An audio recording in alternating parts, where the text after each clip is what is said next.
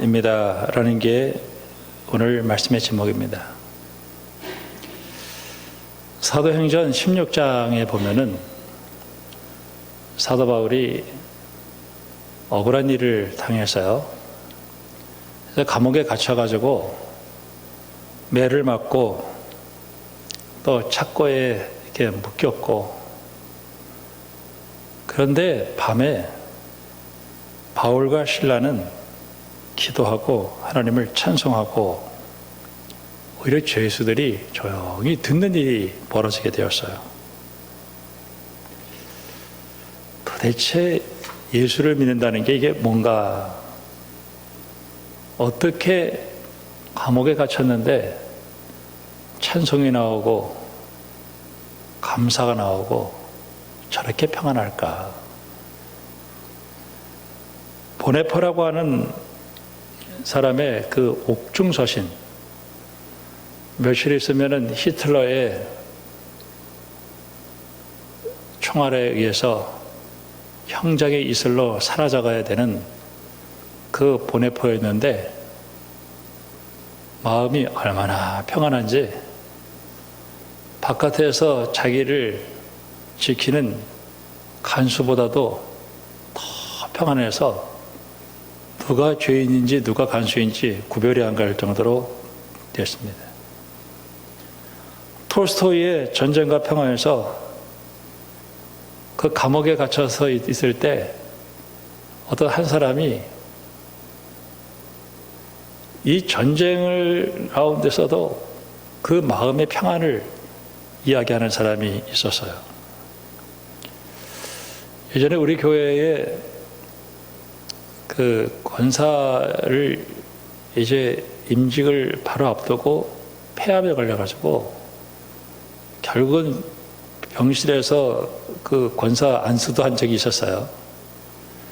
근데 그분이 암이 걸려가지고 곧 죽는데 어떻게 그렇게 얼굴이 평안하고 그 죽음 가운데서도 참 평안을 할 수 있었어요.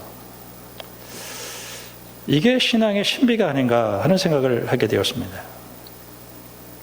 저는 교회를 초등학교 3학년 때부터 교회를 다녔는데, 저는 교회 가가지고 찬송 잘 몰랐어요. 우리 집안이 기독교 집안이 아니었고 우리 아버지 우리 엄마는 교회를 안 다니고 있었으니까. 근데 뚝섬이었는데 종소리가 나면 그렇게 교회 가고 싶은 거야. 그때는 종을 막 쳤어요, 예배 시간마다. 그러니까 막 교회가 그렇게 가고 싶어서. 근데 기도를 하는데 어떤 애는 기도를 이렇게 하기도 하고 어떤 애는 이렇게 하기도 하고, 이게 헷갈리더라고. 이렇게 해야 되나 이렇게 해야 되나. 지금 알고 나니까 자기 하고 싶은 대로 하면 돼. 근데 그때는 그런 것도 가르쳐주는 사람도 없고 그러는데, 앞에서 전사님이 뭐라고 얘기하는지 또 선생님이 뭐라고 얘기하는지 하나도 몰라 그냥. 근데 가서 앉아있으면 세상에 그렇게 편안할 수가 없어요. 그렇게 편안한 거예요. 교회만 가면 편안. 가만히 있으면 교회만 가면 편안해. 그러다 보니까 목사까지 됐어요. 아예 그냥 교회에서 살아라. 그래서 집이 교회 안에 있어야지, 교회. 아니, 교회만 오면 편안해. 새벽에 일어나서 제일 먼저 이제 마당을 쓰는데, 요새 마당도 아주 예술적으로 쓸어요. 탁 마당 쓸고. 오늘도 여전히 마당을 쓸고. 교회 잠깐 들어와서 이렇게 혼자 앉아있으면은 세상에 평안해. 참 평안해. 우리가 이 세상에서 제일 중요한 거는 내 마음이 편안해야 돼. 내적인 이 평안은 환경을 넘는 거예요. 그건 내가 왜 이렇게 평안할까? 이제 와서 생각해 보니까 예수님이 평안이에요. 그분이 내 안에 들어와셨기 때문에 평안한 거야. 이유가 단순해요. 예수님 우리의 평화다. 여러분의 심령 속에 예수님이 들어가셔서 여러분이 평안하기를 주님의 이름으로 축원합니다. 환난 중에 평안이에요. 환난 중에 평안. 스데반이 집사였었죠. 근데 은혜를 받아가지고 설교하는데 이 성전과 율법에 대한 설교를 했어요. 근데 거기에 율법 학자들하고 입장이 좀 달랐거든요. 그러니까 뒤집어졌죠. 그러니까 귀를 딱 막아버리고 막 눈질도 하고. 그런데 스데반의 얼굴이 어떻게 됐느냐? 천사의 얼굴과 같아요. 천사의 얼굴. 여러분의 얼굴이 예수 믿고 천사의 얼굴이 되기를 주님의 이름으로 축복합니다. 천사의 얼굴이 돼. 천사의 얼굴. 그러니까 얼굴이 꼭 마귀 얼굴 되면 안 되는 거예요. 천사의 얼굴. 창세기 33장에 야곱이 야복 강가에서 열심히 기도했어요. 형 에서가 자기 때려 죽이려고 자객 400명을 데리고 오는 거예요. 이제 자기를 이제 형한테 맞아 죽게 생겼어요. 그때 하나님 앞에 축복해달라고 기도했어요. 형의 얼굴을 딱 보니까 하나님의 얼굴을 본 것 같다. 형님도 나를 기뻐했다. 이게 얼마나 은혜냐. 이 시대를 살면서 한마디로 갈등의 시대 같아. 갈등. 요새 파업, 하여튼 노사의 갈등. 정치인들은 맨날 싸워. 아주 싸움에 능한 사람들이에요. 이 갈등은 뭐냐면은 칡과 등나무가 서로 막 얽혀가지고 막 나무에 막 올라가는 걸 갈등이라고 해요. 이거 끊어내려면 너무 이 낫을 가지고 막 긁어내야 돼요. 이번에 카타르에서 월드컵을 해요. 16강이 뭔지 16강. 저도 열심히 기도했죠. 자, 가나를 잡고 쉽게 가기를 바랬어요. 근데 가나한테 지네. 근데 아무런 걱정이 안 되는 거야. 포르투갈 꼭 이길 것 같아. 근데 내 믿음이니까 못하겠어요. 금요 기도에 와가지고 또 기도했죠. 네, 기도했어요. 나 기도했어요. 기도하니까 이제 그 다음날 토요일 날은 새벽 기도 없으니까 12시부터 하니까 이제 마음 놓고 보는 거예요. 이제 내일 새벽 기도 안 가니까 봤어요. 마지막에 이 5분인가 이렇게 남았는데 그 손흥민이가 쫙 40m를 가는데 황희찬이 Yes, I can이라며 걔가 그냥 막 쫙 달려가는데 그 옵사이드 그 트랙 딱 거기 딱 해서 막 머리 하나 거기서 살짝 밀어주는데 그 포르투갈 애들이 9명이 둘러싸고 있어. 9명이. 근데 그 사이에다가 탁 넣어가지고 살짝 집어넣는 거야. 세상에. 제가 분석을 했죠. 참 내 뜻대로 안 되고 아버지 뜻대로 된 거 얼마나 감사한지. 근데 걱정이 안 되더라고. 이거 하나님 주시는 평안이다. 오늘 이 에베소 2장을 이렇게 보면서 1절부터 10절까지 11절부터 22절까지 딱 됐는데 제가 이 말씀을 오늘 새벽에 깨달았어요. 이 말씀이었구나. 그러니까 목사도 지금도 말씀을 제가 뭐 평생 말씀 가지고 살아왔고 공부했고 왔는데 지금 또 깨달아지는 거예요. 1절부터 10절까지는 내 개인의 마음속에 있는 갈등이에요. 그리고 이 12절부터 22절까지는 공동체 속에서 주어지는 갈등이에요. 아, 내 개인 마음속에도 이 갈등이 있구나. 자, 어떻게 표현했냐면 보세요. 그는 허물과 죄로 죽었던, 아, 내가 허물과 죄로 죽었구나. 그때에, 이러면 그때에, 그 다음에 2절에 그때에, 3절에 전에는, 그때에 전에는, 이거는 예수 믿기 전에, 너희는 그 가운데 행하여 이 세상 풍조를 따르고 공중 권세를 잡은 자를 따랐으니 곧 지금 불순종의 아들들 가운데 역사하는 영이라. 전에는 우리도 다 그 가운데서 우리 육체의 욕심을 따라 지내며 육체와 마음에 원하는 것을 하여 다른 이들과 같이 본질상 진노의 자녀였다. 그러니까 불순종의 아들들 가운데 역사하는 영이 뭐예요? 사탄이잖아요. 이 사탄이 우리 속에 있는 욕심을 자극을 해서 내가 원하는 삶을 살지 못하고 마귀가 원하는 삶을 살아서 하나님의 진노의 자녀로 살았다는 거예요. 이게 얼마나 갈등이 심한 거예요. 나는 이렇게 살고 싶은데 그렇게 살지 않는 내 속에 이 갈등이, 나는 이렇게 마음이 연약한가? 나는 왜 이렇게 의지가 약한가? 이게 갈등이 우리 속에 있단 말이에요.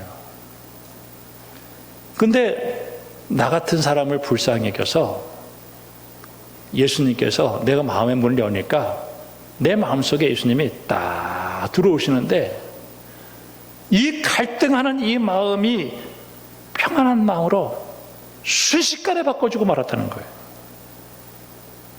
이게 얼마나 놀라운 일이냐는 거예요. 이게 얼마나 큰 하나님의 사랑이요, 얼마나 큰 은혜의 풍성함인지. 근데 8절 끝에 보니까 이것이 선물이라는 거예요. 선물. 내 행위에서 된 것이 아니라 누구든지 자랑하지 못하는 거예요. 예수님께서 내 안에 들어오시면서 이 갈등이 끝났다는 거예요. 내게 성령을 부어주어서 이 갈등이 끝났어요. 여러분 안에 마귀가 와가지고 자꾸 욕심을 자극해서 하나님이 원하지 않는 삶을 살아가려고 할 때 즉시 무릎 꿇고 기도해서 예수님을 여러분 마음속 중심에 딱 모셔들어서 영적 전쟁에 승리해서 여러분의 심령 속에 갈등이 사라지고 평안이 있기를 주님의 이름으로 축원합니다. 이게 제일 중요한 거예요. 첫 번째, 이게 제일 중요한 거예요. 마음이 편한 거예요. 두 번째로 오늘 얘기하는 것은 바로 뭐냐면은, 사도 바울은 성경을 보면은 공동체, 이방인 공동체와 유대인 공동체의 평안을 관심이 많았어요. 오늘 이방인들을 향해서 뭐라고 얘기하냐면 11절에 그때에, 이러면 그때에, 예수 믿기 전에 육체로는 이방인이었다 이거예요. 그리고 할례 받지 않은 무리였었다 이거예요. 그리스도 밖에 있었고 이스라엘의 밖에 있었고 약속의 언약들에 대해서는 외인이고 세상에서는 소망이 없고 하나님도 없고 그런 사람이 있었다는 거예요. 멀리 있던 너희에게 예수 그리스도 안에서 피로 이제 가까워졌는데, 그러니까 유대인과 이방인 사이에 중간에 담이 하나 막혔어요. 이 담이 뭐냐? 율법이라고 하는 것이 들어왔어요. 근데 사도 바울도 유대인의 입장에서 율법을 지켜서 그는 구원받는다고 생각을 했었어요. 그런데 이 율법은 지킬 수 있는 것이 아니라 율법 앞에서 내가 예수님이 필요합니다라고 하는 죄를 드러내는데 율법이 사용되어 주는 거지 율법을 지킬 수 있는 게 아니다라고 얘기하면서 이방인들에게는 우리가 성령 받아서 예수 믿고 하나님 말씀대로 살아가는 거다 이렇게 얘기를 했어요. 유대인들은 아니다, 그게 아니고 이 율법을 지켜야 된다라고 얘기했기 때문에 이 율법이라고 하는 것 때문에 이방인과 유대인 사이에 뭐가 생겼냐? 담이 생겼고 서로 원수가 됐어요. 원수. 근데 이 원수된 것을 예수님이 십자가로 소멸해서 이 이방인 공동체와 유대인 공동체를 한 세 사람을 입어서 화평하게 했다는 것이 교회 창조예요.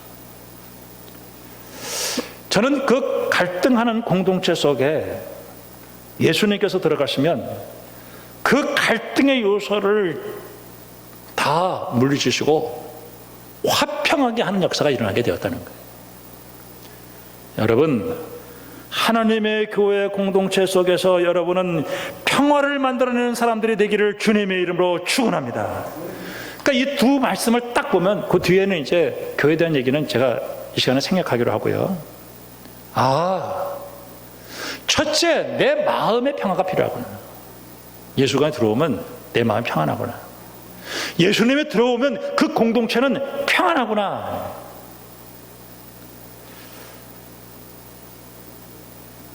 로마서 14장에 보면 사실 로마서는 사도 바울은 스페인까지 가서 복음을 증거하고 싶었거든요. 근데 로마 교회가 갈등이 생겼어요. 그러니까 서로 갈등을 하면은 하나님의 일을 못해요.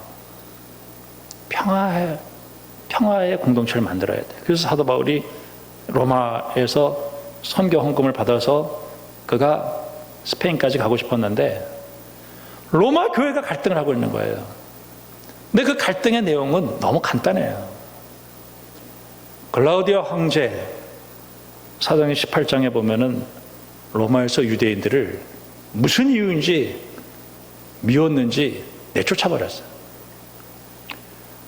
그리고 글라우디오 황제가 끝나고 네로가 들어왔을 때 네로가 그 법을 다시 발표해야 되는데 발표를 하지 않아요. 그래서 다시 그 쫓겨났던 유대인들이 들어오면서 교회가 이방인들이 예수 믿어서 된 기독교인들과 유대인이 예수 믿어서 두 공동체가 한 공동체 속에 있으면서 누가 더 주인이냐 하는 걸 가지고 싸우기 시작하는 거예요. 그때 들고 나왔던 것 중에 하나가 뭐냐면은 먹는 문제 가지고 이제 나왔고, 하나는 날짜 가지고 나왔어요.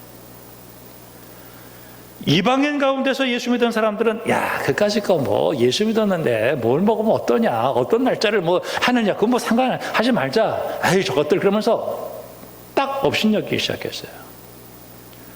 그러니까 유대인 배경을 가지고 있는 그 기독교인들이 큰일 나, 먹는 거 조심해야 돼, 날짜 조심해야 돼, 그러면서 막 비판하고 나오게 생겼어요.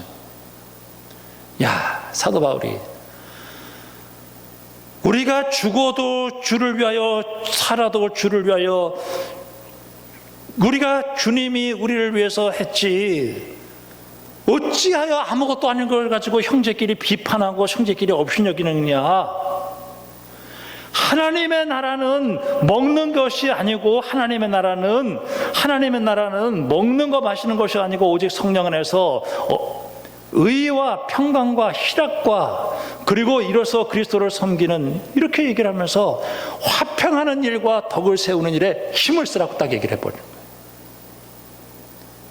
저는 예수 믿고 교회에 화평을 이루고 덕을 세워야 된다라고 하는 것이 진짜 백의 그리스도인이에요.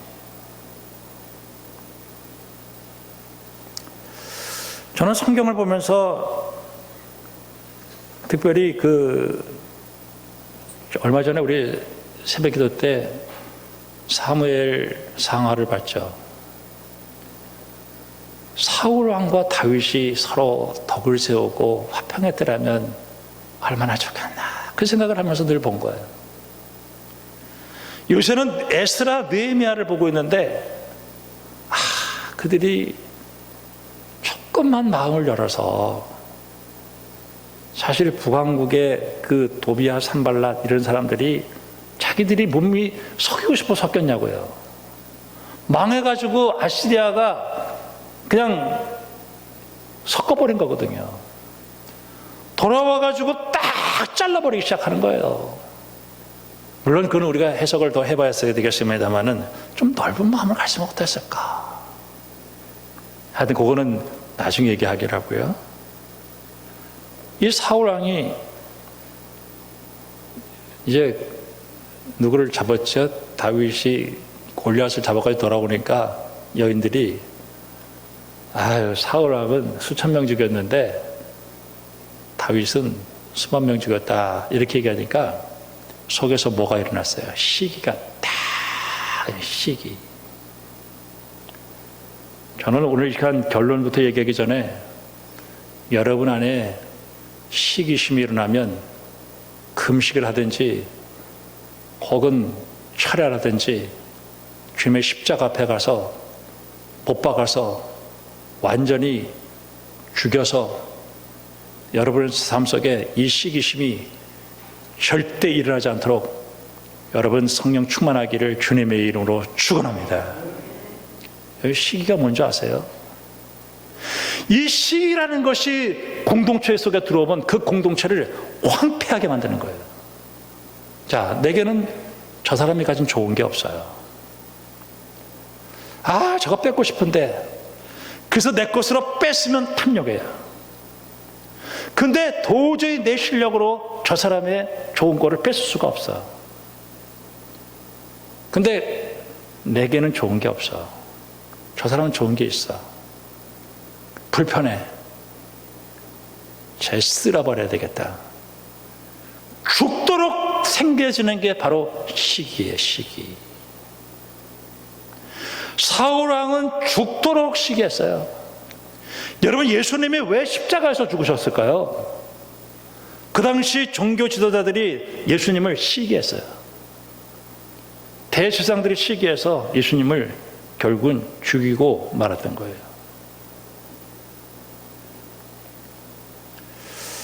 저는 오늘 이 말씀 보면서 왜 예수님이 내 속에 들어오는데 왜 내가 평안하지 않을까? 왜 공동체 속에 있는데 왜 공동체가 갈등을 할까?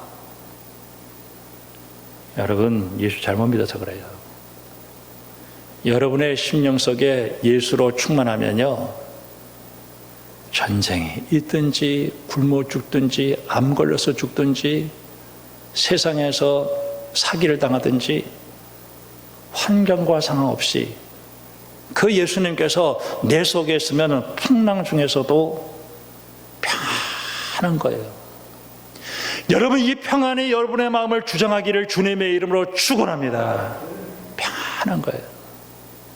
그리고 그 사람은 그 공동체 속에 평안을 만들어내려고 애를 쓰는 거예요.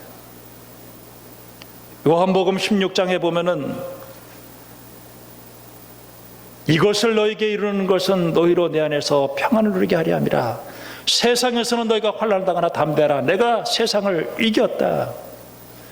요한복음 14장 27절에 평안을 너희에게 끼치노니 곧 나의 평안을 너희에게 주노니 내가 너희에게 주는 것은 세상에 주는 것 같지 아니하고 너희의 마음이 근심하지도 말고 두려워하지도 말아라.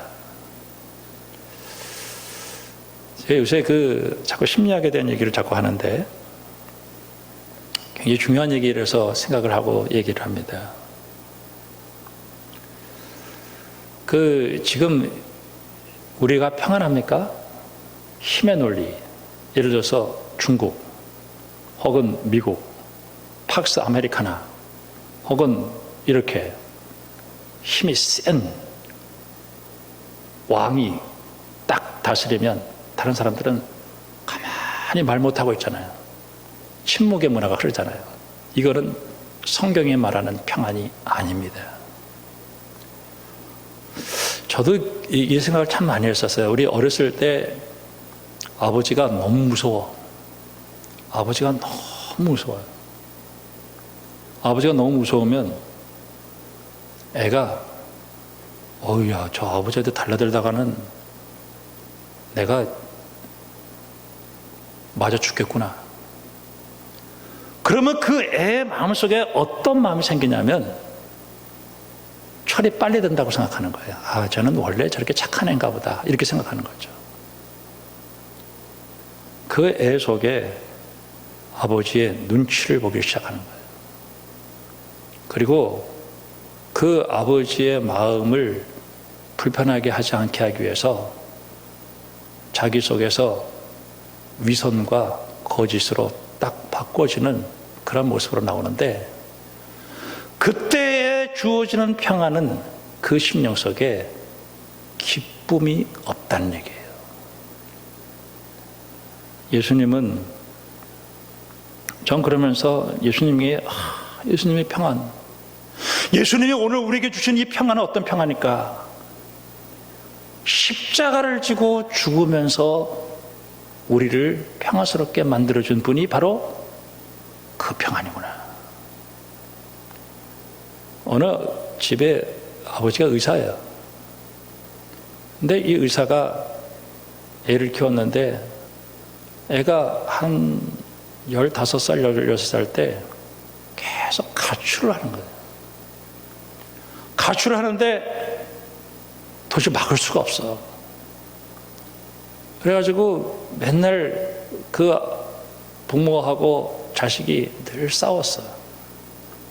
가출하지 말라고. 근데 이 의사가 하루는 내가 오늘 일을 안 하고 내가 오늘 저 애 가출을 막아야 되겠다 해가지고 저녁 6시부터 새벽 6시까지 그 문 앞에 딱 섰어요. 그 딸이 그 아버지를 향해서 온갖 얘기를 다 했어요. 온갖 얘기를 다 한 거예요. 자기의 상처받은 얘기부터 시작해서 다 얘기하면서 난 나가야 되겠다고, 난 답답해서 미칠 것 같다고 막 나가요. 근데 그 아버지가 그 얘기를 다 들어요. 그리고 한 말도 얘기를 안 해요. 그리고 그 얘기를 다 들으면서 너 나가면 안 된다. 그리고 끝까지 버텼어요. 12시간을 버텼어요. 그때 이 딸 마음속에 이상한 기적이 일어났어요. 자기가 그렇게 쏟아붓고 그렇게 얘기하는데도 불구하고 자기 아버지는 그 얘기를 다 받아주면서 그래도 가만히 버텨줬다는 거예요. 그러면서 그 아버지에 대한 사랑을 깨닫기를 시작하면서 그 애가 가출하는 것을 고쳤다는 거예요.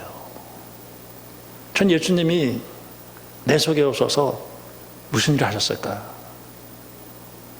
저는 예수님을 향해서 이런 원망도 했고 저런 불평도 했지만은 내 속에서 예수님은 십자가를 지시면서 그 얘기를 다 들으시면서 나를 향해서 버텨주시면서 내가 너를 위해서 지금도 십자가를 지고 있다라고 하는 것을 통해서 주님이 나를 평화스럽게 만들어 주었다는 그 사랑이 깨닫게 되었어요.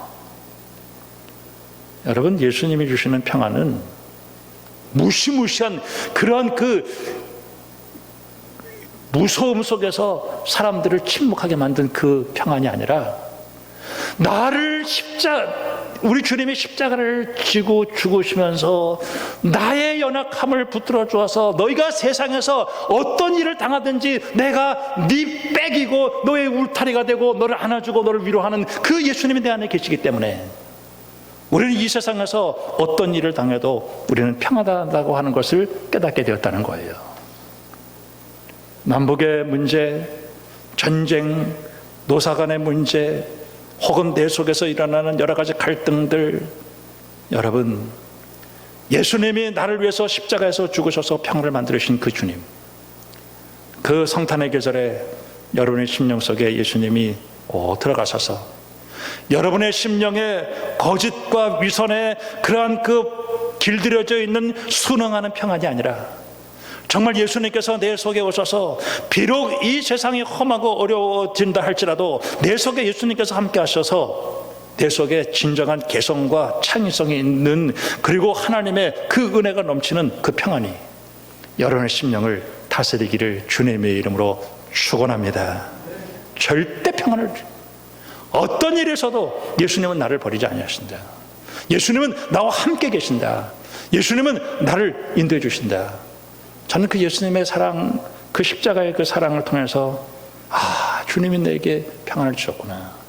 여러분 두려워하지 마시고 주님이 주시는 평안으로 이 험한 세상을 이 성탄의 계절에 승리하기를 주님의 이름으로 축복합니다.